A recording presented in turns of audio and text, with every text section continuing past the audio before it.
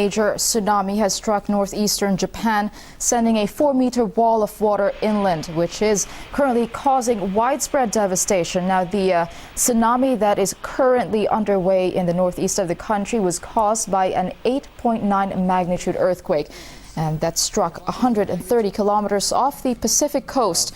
Well, aftershocks have been felt within the last few minutes, and so far, 23 people are confirmed dead. But that number has been rising and is expected to rise. Now, there are also reports that the first wave has reached Russia's Kuril Islands to the north, reportedly around a meter high. The waves of around a meter high. But as you can see in the pictures, you have massive walls of waves just eating up everything in its path.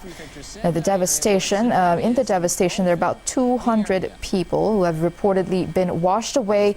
Several others missing on Japan's Sendai Island. Now, that is the part of the country that's closest to the epicenter. Of course, the damage, the quake itself was also felt in Tokyo, with fires and injuries widely reported. They are still trying to calculate the economic costs, damage to infrastructure. And right now, you're looking at an oil refinery that is ablaze in Ichihara, Chiba Prefecture, and the authorities are still having a hard time containing the blaze. It has been going on for quite some time now. Now, the Narita International Airport is also reportedly shut down. Now, just to remind you, an 8.9 earthquake hit the northeastern part of the country. That's at around 2:46 local time in Japan. That was in the middle of the afternoon. Widespread destruction being reported. Now, the Russian president has been giving his reaction to the tragedy. Dmitry Medvedev is pledging support for Japan, saying that Moscow and Tokyo can work together to combat this natural disaster.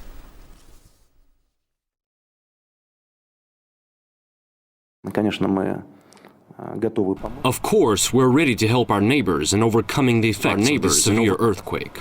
A state of emergency has also been declared on our soil, on the Kuril Islands in the Sakhalin region, where all necessary measures must also be taken to prevent damage and loss of life. The tsunami has already reached our shores, and we must all be consolidated at this time. I'm now ordering the emergencies minister to present a plan of assistance to Japan. Well, the Prime Minister of Japan has also given a statement earlier to calm the citizens as the devastation continues to unfold. He did say that there has been no damage to nuclear power plants, although there are about 14 industrial complexes that have been affected by the earthquake. Now, as of the moment, we have the government confirming 18 deaths, and this number is expected to rise. You're looking at pictures. Okay, earlier it was the wall of water eating up anything in its path. Now it's an oil refinery ablaze. This is just east of Tokyo. All of this destruction has been caused by an 8.9 magnitude earthquake, and it struck about 130 kilometers off of Japan's Pacific coast. Dramatic pictures there in the coast where the earthquake had struck. There has been a tsunami warning for all territories on the Pacific Rim, reaching all the way to Hawaii, even as far as Colombia and Peru, according to the Pacific Tsunami Warning Center. Well, the wave has also reached Russia's Kuril Islands to the north, reportedly around a meter high.